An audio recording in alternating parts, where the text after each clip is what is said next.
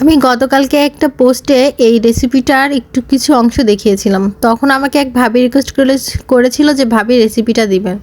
তো আমার কথা হচ্ছে আমি তো ভালোভাবে ডিটেলসে রেসিপিটা ভিডিও করিনি, তবে যতটুকু করেছি আপনার সাথে শেয়ার করছি। নিশ্চয়ই বুঝতে পারবেন যে কিভাবে বানিয়েছি। হ্যালো এভরিওয়ান, আসসালামু আলাইকুম। আজকে বানিয়েছিলাম ডিমের চপ।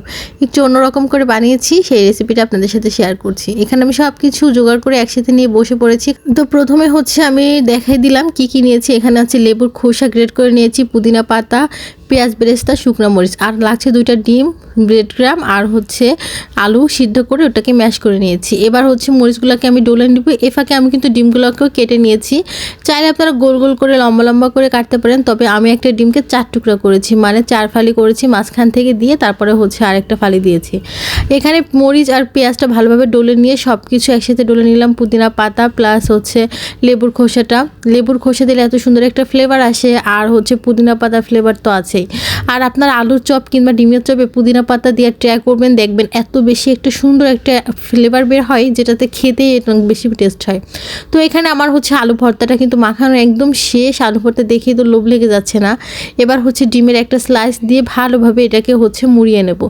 এভাবে করে প্রত্যেকটা ডিমের সাথে আলুগুলাকে মুড়িয়ে নেব। চাইলে কিন্তু এভাবে যদি প্রবলেম হয় তাহলে ডিমটাকে গোল গোল করেও কাটতে পারেন, সেক্ষেত্রে আপনার কিন্তু অনেকগুলো পিস হবে, মানে একটা ডিমে আপনি 5-6 পিস করতে পারবেন। তো এভাবে করে আমি সবগুলো হচ্ছে বানিয়ে নিচ্ছি। আপনাদের সুবিধার জন্য আমি আরেকটা বানিয়ে দেখাচ্ছি যে কীভাবে হচ্ছে মুড়িয়ে নিয়েছি। আর দেখতে পাচ্ছেন ডিমগুলো কিন্তু আমি কিভাবে কেটেছি। এভাবে করে দেখতে লম্বা লম্বা লাগে, খেতেও বেশ ভালো লাগে। ডিমটা বেশ অনেকটা পরিমাণ থাকে, গালে পড়ে, এই জন্য খেতে কিন্তু বেশ ভালোই লাগে। তো এই যে আমার সবগুলো ডিমের চপ কিন্তু বানানো হয়ে গেল। এবার হচ্ছে আমি এগুলোকে ব্রেড গ্রামে চুবিয়ে নেব।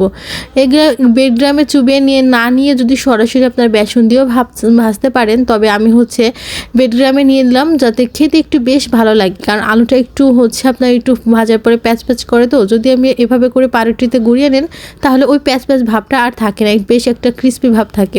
তো আমি সবগুলো এভাবে করে গড়িয়ে নিলাম। আমার গড়িয়ে নেওয়া কিন্তু শেষ হয়ে গেল। এবার হচ্ছে আমার ভেজে নেওয়ার পালা।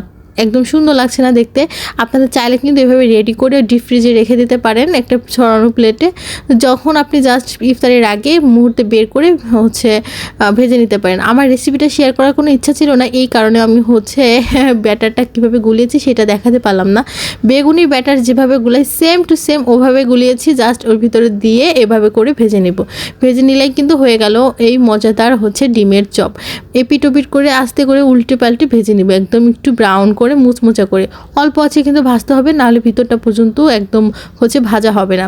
ব্যাস আমার সবগুলো কিন্তু ভাজা হয়ে গেছে। এবার গরম গরম ইফতারিতে পরিবেশন করুন মজার হচ্ছে ডিমের চপ।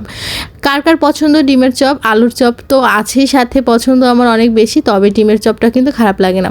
এই তো আমার সবগুলো কিন্তু ভাজা হয়ে গেছে। দেখেন তো কতটা ক্রিস্পি হয়েছে, উপরে একদম কিন্তু মুচমচা হয়েছে, আর ভিতরে ডিম আলুর একটা মিশ্রণ, খেতে কিন্তু দারুণ লাগে। ইফতারিতে ঝটপট করে আজকেই কিন্তু বানিয়ে ফেলুন। দেখা হবে নেক্সট ভিডিওতে। ধন্যবাদ সবাইকে।